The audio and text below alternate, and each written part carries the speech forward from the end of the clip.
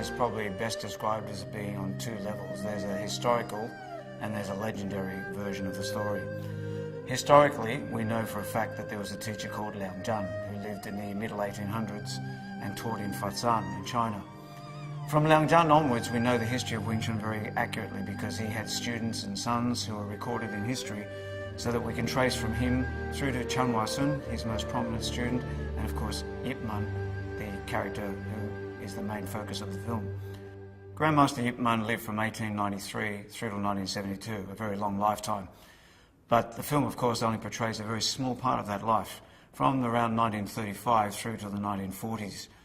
We see him portrayed as a very successful and quite well-to-do landowner, and then we see his very rapid decline due to the invasion of the Japanese, which causes him to live a life of poverty and be forced to use his martial arts in ways that he never imagined he would. In many ways, the period that's not shown in the film, that is the time after he left China, is perhaps the most interesting, and certainly for people like myself who practice Wing Chun, the most important. Had he not left China, had he not been forced to leave China because of war and other issues that were facing him at that time, he may not have ever ended up teaching Wing Chun to the general public, and therefore the world would not know the system or the man. If you delve further forward and look at what happened after he left the mainland, it's a very, very interesting tapestry of stories about his various students and the way in which he got involved in teaching the art and the way that Wing Chun has now become such a prominent martial art. Wing Chun as a martial art is very different from other martial art forms. Wing Chun can be best described as human in nature. The way that Wing Chun works is basically it takes science and uses it against our opponent. It takes his energy and it turns it back on him. It uses structures and angles that will give us the best protection with the least amount of effort. It's a close quarters combat system. It likes to use the hands more than the feet, although it doesn't mean that it doesn't use the feet, but it uses them in more subtle ways than other martial arts. Overall, Wing Chun can be summarized with one very simple expression: Loi Lao Hoi Song, Lat Sao Jik Tung. When an attack comes towards you, you try to intercept it and meet with it. If it tries to retreat, you follow it, keep the pressure on, and the moment that any contact is lost, you attack. Everything we do is based on economy. From wherever the hands are, they move. From wherever I'm standing, I respond. And every movement I make is at my opponent. What we learn to do in Wing Chun is to counter fire. The moment his technique is launched at us, something is being launched back at him. And that makes it very, very hard to fight a Wing Chun fighter.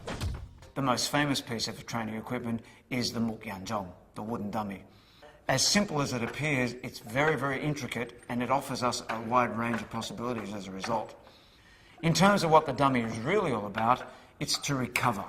It's teaching you to recover from the simple mistakes that occur, because being human beings, we can't always get it right. I like to believe that the version of the dummy form that I've been taught by my instructor is a very, very practical one, because my teacher was known for his real-life practice in the streets of Hong Kong, learning how to make Wing Chun work where it really counted. The Wing Chun system is based on reality of combat. We don't do things that are flashy, flamboyant, and totally useless in combat. Wing Chun comes from a tradition of Beimo. Yip Man himself was very, very fond of testing his skills against fellow martial artists. It was about personal attribute development. That tradition was then filtered through to his students. My teacher in particular, Wong Sun Leung, he was known as the king of the challenge fight. The fights took place on rooftops, in laneways and alleys. All the skills that we practice for are to get us able to counter somebody who's really trying to hurt us. A real opponent never attacks you the way that you think that they might. You can have whatever ideas in your head that you think you understand about fighting, and the real opponent will do something completely different. There often isn't time to see what's happening. There isn't time to think about it. It's got to be instinctive. This is where Chi Sao gives a Wing Chun fighter a real edge over their opponent, because Chi Sao enables you to find the gaps without having to know where they are. When Grandmaster Yip Man first came to Hong Kong, his knowledge of Kung Fu, of Wing Chun, went by largely unnoticed for a time. And suddenly people realised that they had in their midst a great master of martial arts. People suddenly said, well, why don't you start teaching Kung Fu? From that point onwards, slowly Yip Man developed a reputation as an instructor and started taking on students. The four most famous students of all being Leung Xiao, Chu Xiongtin, Lok Yu, and my own teacher, Wong Sun Leung. Wong Sun Leung went on to make Wing Chun very, very famous by virtue of his challenge fights.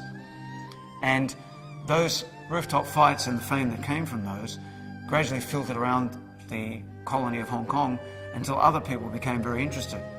One of those was a very young Bruce Lee. So he took him under his wing. And especially for the last 18 months or so before Bruce Lee left Hong Kong for America, he was training on an almost daily basis with my teacher. I recently read that there are as many as 4 million people practicing Wing Chun in the world today. If it hadn't have been for Yip Man making that trip from China, there might not be Wing Chun in the world today. Yip Man has left us an amazing legacy, and that legacy has been enhanced by people like Wong Sin Leung, Bruce Lee and the like. In the film Yip Man, it really captures Wing Chun in the way that is most real from all the examples that I've seen in the past. The portrayal of Grandmaster Yip Man is outstanding in every respect. It's a film that, as a Wing Chun practitioner, I'm very, very proud to look at as a part of our history and our heritage.